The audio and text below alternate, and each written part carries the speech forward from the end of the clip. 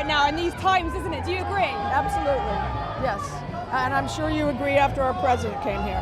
Did you see any of the protests? You were here, weren't you? Absolutely, I could hear it out my window. You know, of course, and I was very proud of you. The one thing I was most upset was about him making the Queen wait. I think that if breaking news ever happened and he had to go to the podium, we would just all go. I was thinking, you know, all despots, you know, Stalin and Hitler. I will do everything in my power to protect our LGBTQ citizens from the violence and oppression. Cher, what was your reaction when you heard him say that? Oh, come on. And he says those letters like a child that's just learning the alphabet and then pokes his finger in the air for Q.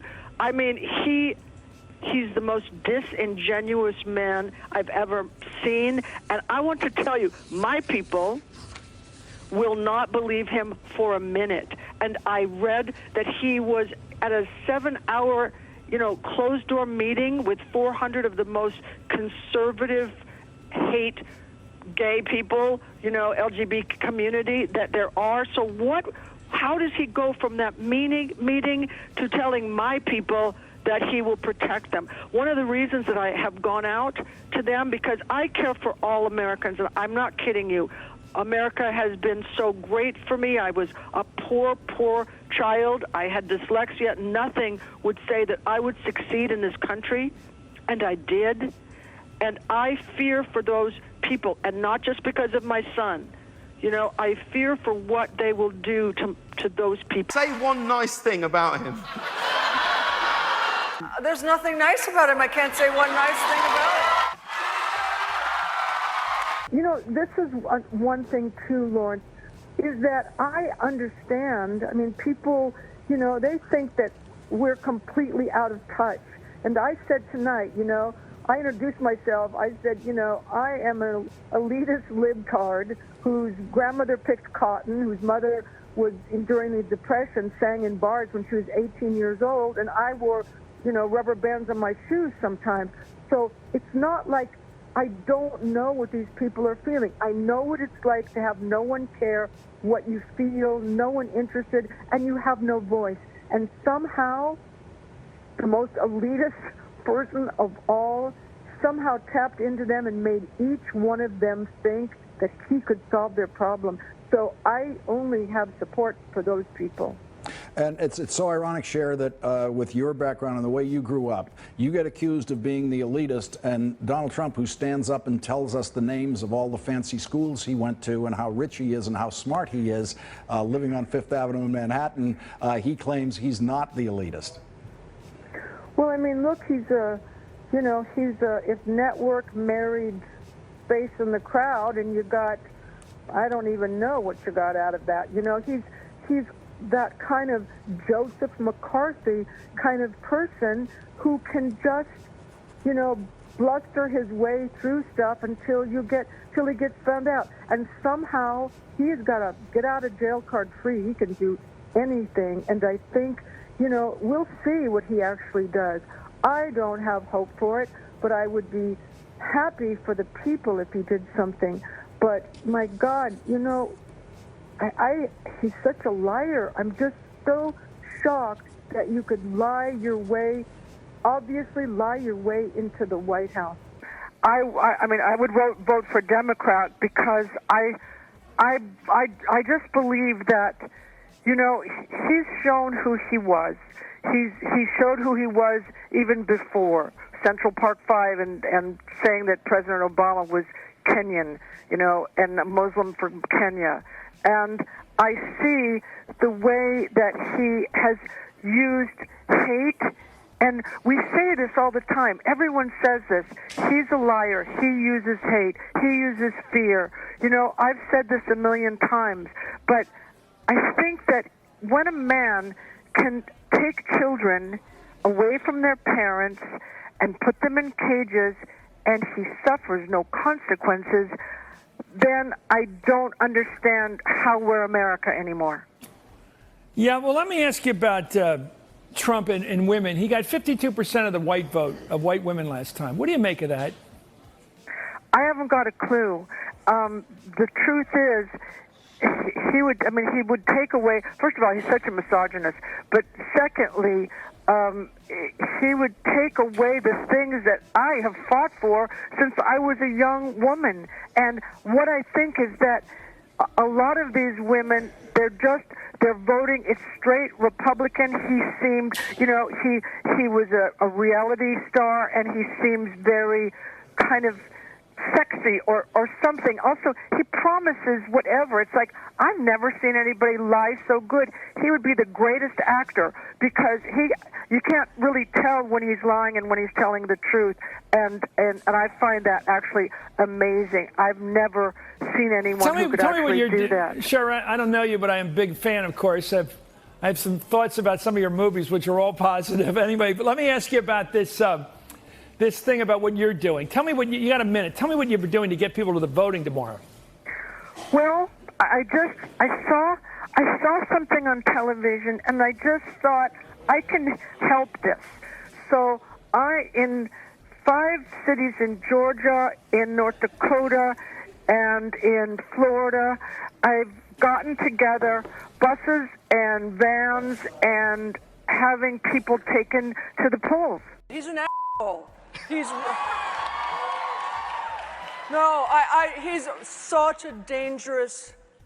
I don't know how he is a candidate. He is so dangerous, and what he brings to my country, what he's awakened in my country, is bigotry and distrust and a certain kind of supremacy in certain groups, and he lies. He tells something, and then you go back and you see what he said, and it seems like the truth both times. He's so terrific at lying. I've never seen anybody so good. I mean, it's amazing. I could go on and on this subject forever because I'm so traumatized by him. She screwed up, and that's for sure. But I've known her for a long time, and I think that she will do her best. And it's not saying she's a politician, but she will do her best. And if you look at her from the beginning of her life till now, she's worked hard for people. If you see how people felt about her as a senator from New York, I helped her in the campaign. And I know a different side of her. I know a really warm side of her. But I said this the other day, they want her to be warm and fuzzy, especially millennials. They're not really drawn to Hillary. They don't trust her. They feel that her sins are really enormous. This election will change America and have consequences for the world for 40 years. And the people who will suffer the most are millennials. And they will suffer because the people he will bring with him will put an end to any hope that women have of getting the rights that we had in Roe versus Wade. I believe they will put an end to any gay marriage. They will put an end to gay adoption. It's not going to hurt me. I'm 70. It's not going to do anything to me, but it's going to do stuff to young people. And that really scares me, and it really bothers me. I have to tell you something. If someone said that my daughter was a hot piece of ass, I would put my fist through his face. Someone who would bring down the country because he doesn't win does not deserve anything, deserves nothing. He deserves nothing. He does not deserve any kind of respect, loyalty. I don't think he has 2 moral fibers to rub together. He wants to be the king, but he doesn't want to do the work. And I mean, I can't imagine. It's like breaking news. South Korea has bombed North Korea, and President Trump comes up to the to the podium and says, what? What? What could he possibly say? He doesn't know anything about anything. I'll call my friend Vladimir and he'll tell me what to do. Cher has been watching American politics since JFK, McCarthy. She lived through Vietnam. She watched Nixon resign. When someone with that specific biography and that specific history draws a line at one particular person, it is worth asking what they are seeing that the people defending him or not. The cruelty is not incidental to this presidency. It is the point out. Cutting the food assistance while the family net worth goes up $3 billion. Starting a war nobody voted for while the Suns bet on prediction markets tied to whether the bombs would fall. Pardoning drug cartel allies while ordinary people with genuine cases cannot get a hearing unless they have Roger Stone's number. Putting his face on passports and his signature on money while the institutions designed to hold him accountable get staffed with people whose only qualification is personal loyalty. This is not incompetence. Incompetence is random. This has a direction, and the people paying the price are the exact people who were promised relief. Gas up 52% up, groceries up, credit card debt at record heights. 8 in 10 Americans struggling at the pump. The golden age turned out to be age of melting down, grandma's gold. Cher did not need poll or a focus group or a cable news panel to tell her what she was looking at. She looked at it and called it what it was. The tragedy is that the people who needed to hear it most are the ones who dismissed her for saying it, and they're still waiting for their Trump phones.